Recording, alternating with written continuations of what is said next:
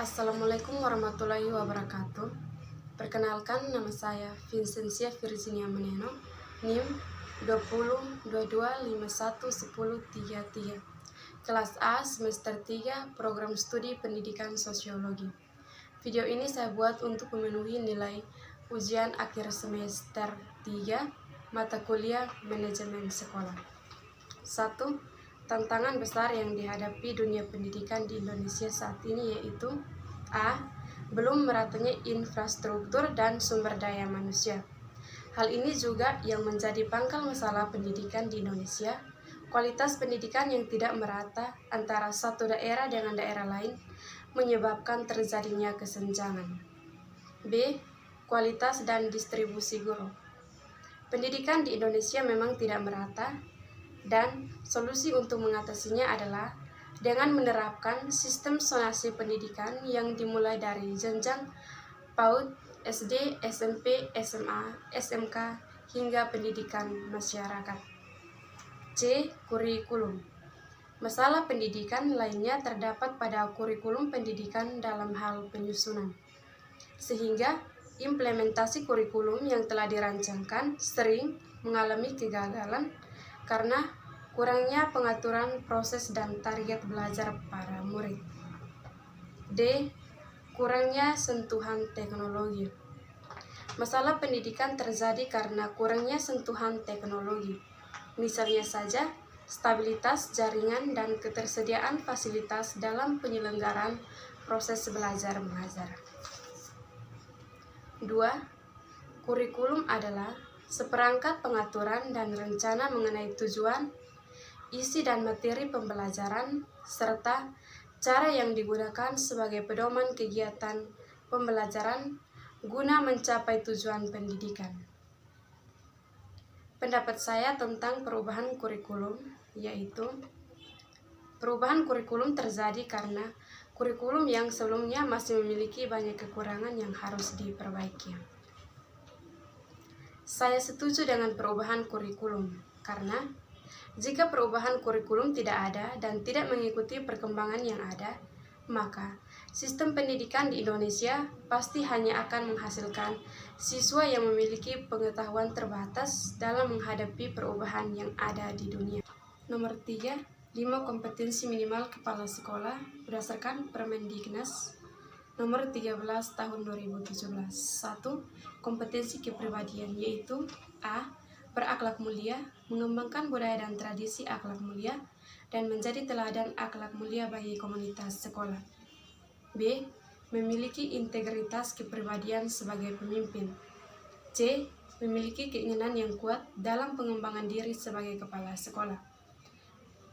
D. Bersikap terbuka dalam melaksanakan tugas pokok dan fungsi. 2. Kompetensi manajerial yaitu A. Menyusun perencanaan sekolah untuk berbagai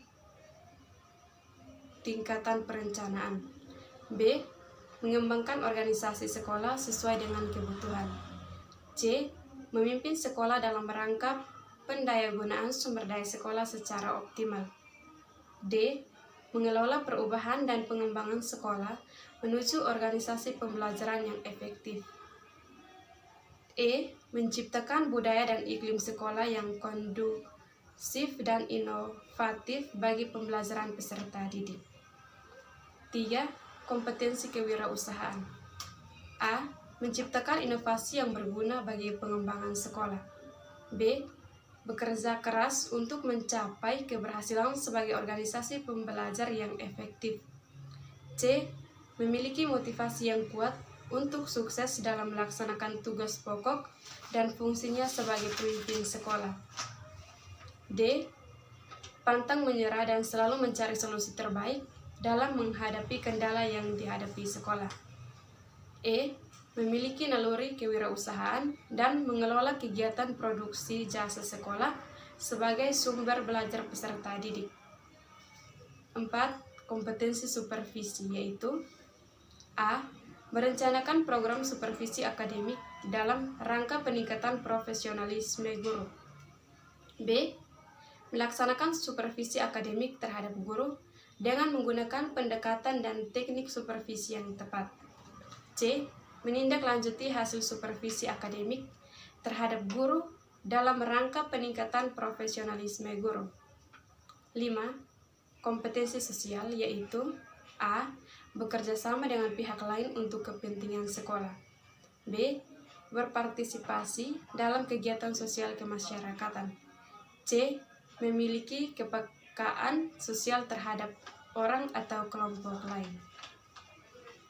Nomor 4. Model sekolah efektif abad 21 yaitu yang pertama, kreatif, yang kedua, kolaboratif, 3, komunikatif, dan yang keempat, kritis. Nomor 5. A. Supervisi pendidikan menurut Wiles Kimberly, yaitu bantuan seorang supervisor dalam mengembangkan situasi belajar mengajar kepada yang lebih baik. B. Supervisi pendidikan menurut Wortman, yaitu usaha mendorong, mengkoordinasikan, dan membimbing perkembangan seorang guru. C. Supervisi pendidikan menurut Mulyasa, yaitu segala usaha pejabat sekolah dalam memimpin guru-guru dan tenaga kependidikan lainnya untuk memperbaiki pengajaran, termasuk menstimulasi, menyeleksi pertumbuhan dan perkembangan jabatan guru-guru, menyeleksi dan merevisi tujuan-tujuan pendidikan, bahan pengajaran, dan metode-metode. Pendapat saya tentang supervisi pendidikan yaitu aktivitas dan kegiatan pembinaan yang dilakukan oleh seorang profesional untuk membantu guru dan tenaga pendidikan lainnya dalam memperbaiki bahan, metode, dan evaluasi pengajaran dengan melakukan stimulasi agar guru menjadi lebih profesional dalam meningkatkan pencapaian tujuan sekolah. 5 tujuan supervisi pendidikan secara operasional yaitu 1. Membantu guru melihat dengan jelas tujuan-tujuan pendidikan. 2. Membantu guru dalam membimbing pengalaman belajar murid. Ketiga, membantu guru melihat menggunakan alat pelajaran modern. 4. Membantu guru melihat, menilai kemajuan murid-murid dan hasil pekerjaan guru. Kelima, membantu guru melihat menggunakan sumber-sumber pengalaman belajar. Prinsip-prinsip supervisi pendidikan. 1. Prinsip ilmiah. Kegiatan supervisi dilaksanakan berdasarkan data objektif yang diperoleh dalam kenyataan praktek pelaksanaan proses belajar mengajar yang dilaksanakan secara sistematis terencana. Berikut prinsip demokratis, yaitu layanan dan bantuan yang diberikan kepada guru harus berdasarkan hubungan kemanusiaan yang akrab dan kehangatan sehingga guru-guru merasa aman untuk mengembangkan tugasnya. Yang berikut prinsip kerjasama, yaitu untuk memberi support, mendorong, dan menstimulasi guru sehingga guru merasa untuk tumbuh bersama. Yang terakhir, prinsip konstruktif dan kreatif, yaitu setiap guru akan merasa termotivasi dan mengembangkan potensi kreativitas kalau proses supervisi mampu menciptakan suasana kerja yang menyenangkan, bukan melalui cara-cara menakutkan. Sekian dan terima kasih.